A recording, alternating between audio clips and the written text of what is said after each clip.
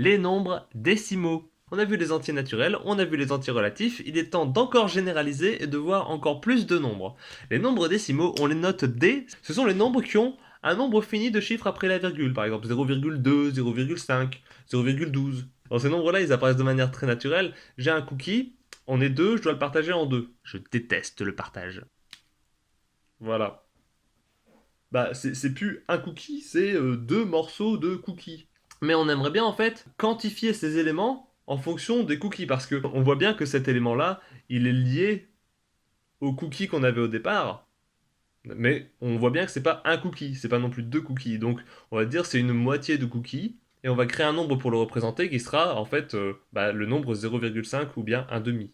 Et ça c'est une moitié de cookie ça? Mais tu te fous de ma gueule? Bah, bah oui. C'est équitable quand même. Bon, prenons un cas plus simple où on est sûr qu'il n'y aura pas de jaloux. Si je trace 1 cm, comment je fais pour diviser par 2 1 cm?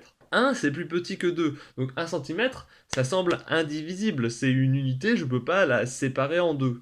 Mais ce qu'on sait c'est que 1 cm c'est aussi égal à 10 mm, et 10, là ça marche, c'est divisible par 2. 10 divisé par 2 ça fait 5, donc 10 mm divisé par 2 ça fait 5 mm. Donc si on revient au centimètre, 5 mm c'est 0,5 cm. Et donc là on a introduit la notation suivante. 1 divisé par 2, et ça fait 0,5. De manière plus générale, les nombres décimaux ce sont des nombres positifs ou négatifs qui ont un nombre fini de chiffres après la virgule. Par exemple 3,55 ou bien moins 474,67832. Et en fait, tous ces nombres s'obtiennent en faisant des divisions par des puissances de 10. Par exemple, 4,6, c'est 46 divisé par 10. Mais moins 3,55, c'est aussi moins 355 divisé par 100, c'est-à-dire moins 355 divisé par 10, divisé par 10. C'est pour ça qu'on les appelle les nombres décimaux.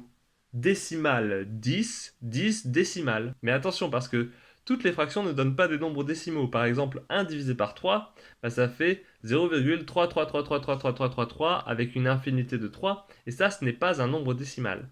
Pour avoir un nombre décimal, il est impératif d'avoir un nombre fini de chiffres après la virgule en base 10. Si on change de base, en base 3 par exemple, 1 tiers ça s'écrit 0,1. Par contre en base 3, 1 demi ça s'écrit avec une infinité de chiffres après la virgule. Donc en fait, les nombres décimaux ils sont pas très utilisés dans les maths à cause de cette raison-là, c'est-à-dire que c'est très subjectif de représenter les nombres en base 10, on préfère les ensembles plus généraux qui ne dépendent pas de la base dans laquelle on a choisi les nombres. En tout cas, les nombres décimaux sont notés D, ils contiennent les nombres relatifs et les nombres naturels, parce que c'est des nombres qui ont 0 chiffre après la virgule, et 0 c'est un nombre fini. Par exemple 0, 2, moins 1, 1, c'est des nombres décimaux qui ont 0 chiffre après la virgule. C'est tout pour la vidéo, merci beaucoup d'avoir regardé. Si vous avez aimé, n'hésitez pas à partager avec un maximum de monde. Et moi je vous dis à bientôt, salut. Tout ça pour dire que là, t'as 0,5 cookies. Et là, t'as aussi 0,5 cookies. Donc c'est la même quantité de cookies. Ah ouais, tout ça pour ça. Tu t'es donné du mal, hein. Franchement, merci.